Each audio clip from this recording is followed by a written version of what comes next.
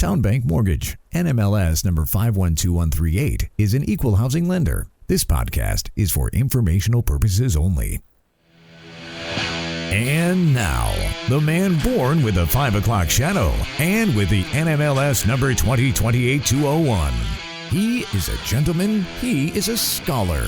He is Tyler Cralle. I always love being able to say it was another good day for markets, another good day for mortgage rates, especially as we close out the week here on this Thursday edition of Wilmington Mortgage. I am the aforementioned host of this podcast, Tyler Cralle, of course, loan officer at Town Bank Mortgage right here, Wilmington, North Carolina, where we break down the top stories impacting rates every single day.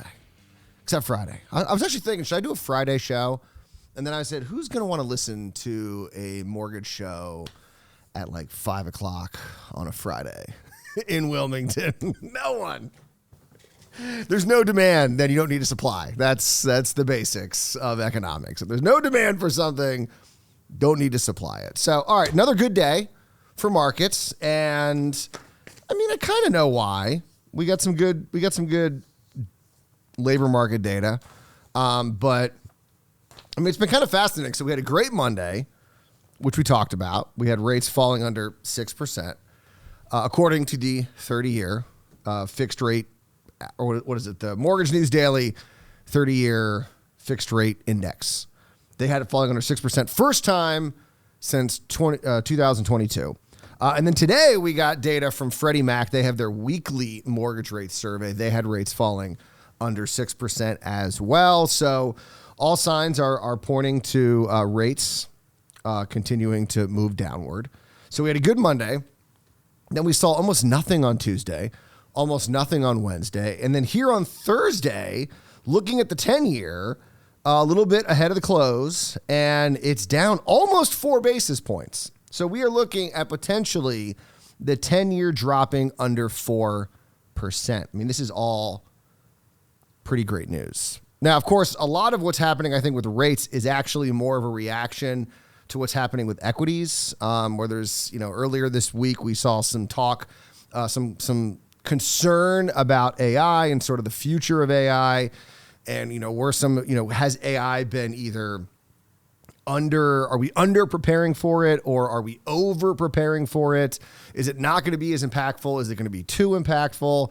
And there's just so much that we don't know. And so you're seeing a lot of movement in a lot of these tech stocks. And so what's happening is that a lot of people, I think, are then fleeing to bonds, saying, you know what, they're seeing rates fall. They're seeing concern in the equity markets. And they're like, all right, why not take some of my money out and put it in bonds while we're still getting a good rate? And by doing that, they're actually kind of causing rates to fall themselves. So we could see the 10-year fall under 4%. That would be kind of awesome. We're seeing, like I said, the 30-year fixed, according to Mortgage News Daily, according to Freddie Mac, under 6%. And like I said, we did get some jobs data today. Nothing big. I mean, it was no big non-farm payroll or ADP or job openings, just your regular weekly jobless claims. But what it did show is there's nothing really cracking in the labor market. So there was some concern for a little while that we were seeing some cracks in the labor market. And I did see today that eBay was going to lay off. That's actually while we're talking, I just saw that Jack Dorsey's Block is laying off about 4,000 employees, about half of its workforce. I actually don't know what that is. So I just saw it pop up on CNBC. I saw earlier today that eBay was, I think, letting go 8,000 employees. So we're seeing layoffs. We know that those are happening. But it does seem to be sort of specific on, certain sectors, like I said, tech, AI that may be overexpanded or now kind of pulling back. But we're not seeing any sort of fundamental problem with the overall labor market. In fact, jobless claims did increase for the week up to 212,000. That was only up 4,000 from the prior week. That marked the third highest level in the past 9 weeks. But economists had actually expected a higher increase to 215,000. So like I said, not the end of the world. Continuing claims which is usually, maybe an area where we've seen more concern in this sort of low hire, low fire environment where people who are being let go or who are being fired are having a difficulty finding another job. What we saw there was continuing claims actually fell about 31,000 to 1.833 million for the week ending the 14th of February. That was the first decline in 4 weeks, but it also marked the lowest level in the past 11 weeks and hovering around 1-year lows. So we have seen somewhat of an improvement with continuing claims. Initial claims are up, but, still historically at pretty good levels. 212,000 is not that bad. It's so funny because we've had such distortions in sort of this data in the last 20 so years. So, we had 2008 that happened where we got used to kind of higher claims. And then we had COVID. And then after COVID, you had this sort of historically low environment, lowest levels, I think ever maybe. And so it's like we got kind of used to there being really high claims. And so that was the new normal. And then we got used to there being kind of low claims. We thought that was going to be the new normal. And now what we're seeing is sort of a return to kind of normalcy. So and 212,000 is actually low from a historical perspective. It's up from where we had been post-COVID, but for the most part, still nothing scary. And so the fact that you're not seeing any cracks in the labor market, except for some of the tech stocks, which is why, like I said, people are fleeing some of these tech stocks, maybe are cashing in their profits and saying, you know what, maybe it's not a bad time to go to bonds and take advantage of these rates, because if we're seeing rates fall, then, kind of getting ahead of the curve, as more people jump into bonds, that's going to cause yields to fall. And so why not get into it now, which ironically then pushes down the yields. And then you could see other people say, oh no, yields are falling, we better take advantage. And so that would be a good thing for, of course, mortgage rates. Interestingly enough, there was a piece today in the Wall Street Journal about mortgage rates falling below 6%, as you can see. And they make an interesting point, and I just wanted to reference this again. It was a quote from Margaret Wellen, chief executive of Wellen Advisory, a boutique investment bank for the housing industry. And she said, quote, "I just don't think rates are as important as jobs and confidence for driving home sales." And she's not wrong about that. I mean, we talk about rates a lot, especially in the mortgage business, and there's no doubt that's a big question that you get when you're talking to someone for the first time. Where are rates? Where would my rate be? No doubt about that. But it's not going to be your make or break for most people. The real thing that they're going to be concerned about is that, am I going to have a job in 6 months, in a year, in 2 years? And rates could fall to 2%. But if you think you're going to get fired in 2 months, you're not going to buy a house. And so it really is job security. And right now there's a little concern because you are seeing layoffs. You are seeing, slight rise in jobless claims. And so that itself, I think, is going to have a bigger impact on housing than falling rates. Now, falling rates are great, especially for the mortgage business with refis. But you could see some people hesitant about making that commitment if they're not secure in their job. If they are, then yeah, it's best of both worlds for them. They feel good about their job and they're going to get lower mortgage rates. But like I said, someone's not going to buy a house. I don't care. Like I said, money can be free to borrow. And they're like, why are they going to take on a liability if they're not secure in their job? So I thought that was a good point. But yeah, I mean, so the journal piece basically was pointing out you got the 30-year fixed down, 30-year fixed, according to Freddie Mac, down below 6, along with Mortgage News Daily also having the 30-year fixed. I priced a loan today, and it was not under 6. Just to give you an idea of, sometimes these numbers that get floated, it's like perfect borrowers. And obviously most people are not going to fall into that category. But they're down. They are down. I mean, it was like a 6 1/8. So, it was a little bit above that 6 number. All right. I wanted to talk about this. It's not mortgage specific, but it's pretty fascinating. And it happened to happen on a week where we didn't have a lot of news. So it's like perfect. So there was this stat that came across my desk yesterday. I saw it on Twitter. I like to say came across my desk. Sounds more cool than like I saw it on Twitter.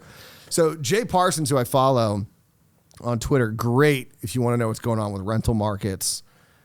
Top notch. And a lot of times Wilmington pops up. Well, the other day he posted about apartment growth since 2020. And I said, I wonder if Wilmington is on the list. And I did not have to go down far on the list because Wilmington was number 2. So what this report was looking at, it was looking at areas where they had seen apartment growth. And it was looking at the current stock of apartments. So all the apartments that are available, how many have been built since 2020?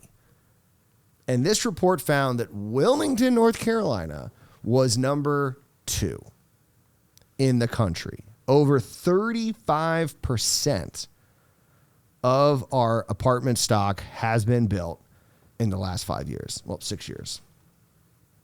We're only behind Huntsville, Alabama, who was at over 40%. And that was according to JPI Research. I'm assuming that's Jay Parsons. And RealPage Market Analytics. Number 2 in the country. And this isn't just like small metro areas or medium size. No, this is everything. Because like Charlotte was on there and Raleigh was on there and big cities were on there. Lakeland, Florida was number 3. Boise, Idaho was number 4. And then, is it Sioux Falls? I always never know how to pronounce that. South Dakota was number 5. To give you an idea. North Carolina had 4 metros in the top 16, while Florida dominated with 6 in the top 20. Jay Parsons, of course, RealPage economist, highlighted a key trend behind the boom, saying, interestingly, no rent-controlled markets made the list. Obviously, a little bit in jest there, as some people who like to advocate for rent controls think that's going to be a benefit to anyone other than the people who get the rent-controlled apartments, which is what they find. If you get a rent-controlled apartment, it's great for you. Everyone else suffers. They pay higher rents. He continued saying, in fact, every one of these places are located in states with preemption laws blocking local cities from enacting rent control. You want more apartments? Allow builders to build. But here's what's fascinating about Wilmington. So this rapid construction has been because of the rapid growth that we have seen since 2020. In fact, from 2020 to 2024, so this is 24. So this is almost 2 years ago. We've continued to see a little bit of growth here. Wilmington is up. Our population is up 8.5%. So I'm going to go ahead and say that we might be up closer to 10% since 2020. That is well above North Carolina, that's at 5.8%, and well above the national average of 2.6%. So, yeah. But here's what's fascinating. You know, everyone that complained about these apartments getting built, and oh my gosh, median rents in Wilmington, the Wilmington metro area, stand right now, this is according to Apartment List, at $1,261. That is up 0.6% from 1 year ago. And in fact, rents are actually down 10% from their peak when they hit $1,399 in September of 2020. But here's what's fascinating. Rents are still up, even though they're down from the high. They are still up 24% from pre-pandemic levels. So looking at like January 2020, rent was $1,010 median rent. And now we're at $1,261. 24%. So can you imagine how much rents would be if we had not built? Remember, we're number 2 in the country, and we still have rents up 24% from where they were in 2020. I actually wanted to look up Huntsville and see what their population growth. I forgot to do that. But, you know, all these people that are like, oh, man. Oh, and by the way, the building is not what's causing the people to come here. It's the people coming here that causes the building. It's cause and effect. You know, just like start building in the hopes that people are going to move here. Investors see the migration that is happening and go, hey, look at this demand for rent. Let's build some apartments. It's why you've seen a slowdown in apartments getting built, because we've seen a slowdown in migration. But yeah, I mean, that's, can you imagine what rents would be if we had not built the second most apartments in the country, percentage wise? It's nuts. It's nuts to think of. So people get mad. I can't even imagine what rents would be they'd probably be like $2,000 if we hadn't built all of this apartment stock. But it worked to some extent. I mean, it was only up 24%, but we've seen rents actually stagnate and are only up or actually down 0.6% year over year. So that's a sign that the market forces worked. People moved here, and investors saw there was opportunities and made that investment, and renters benefited because, rents are still up. But like I said, can you imagine what they would be if they hadn't done? All right, we're a little bit over time. I think it's allowed because that was an important topic to get to. I mean, we started with basic economics and we're ending with basic economics. Supply and demand, it's what it's all about. So even with all that supply, demand was still higher. And so that's why you saw prices are still up from where we were in 2020. What's crazy, I saw Austin's home prices and rents are on path to get back to where they were pre-pandemic because they had a huge buildup and migration has slowed. If not, you're starting to see population decline. Everyone just moved there and then was like, maybe I don't want to be here. That did not happen in Wilmington. Very few people moved here and said, never mind. They're like, no, this place is awesome. And so, it's crazy. Almost 10% growth in 5 years. That is crazy. That's crazy. All right. You guys enjoy your weekend. We'll be back here Monday afternoon for another edition of Wilmington Mortgage. And remember, as always, do not wait to buy real estate. You buy real estate and wait.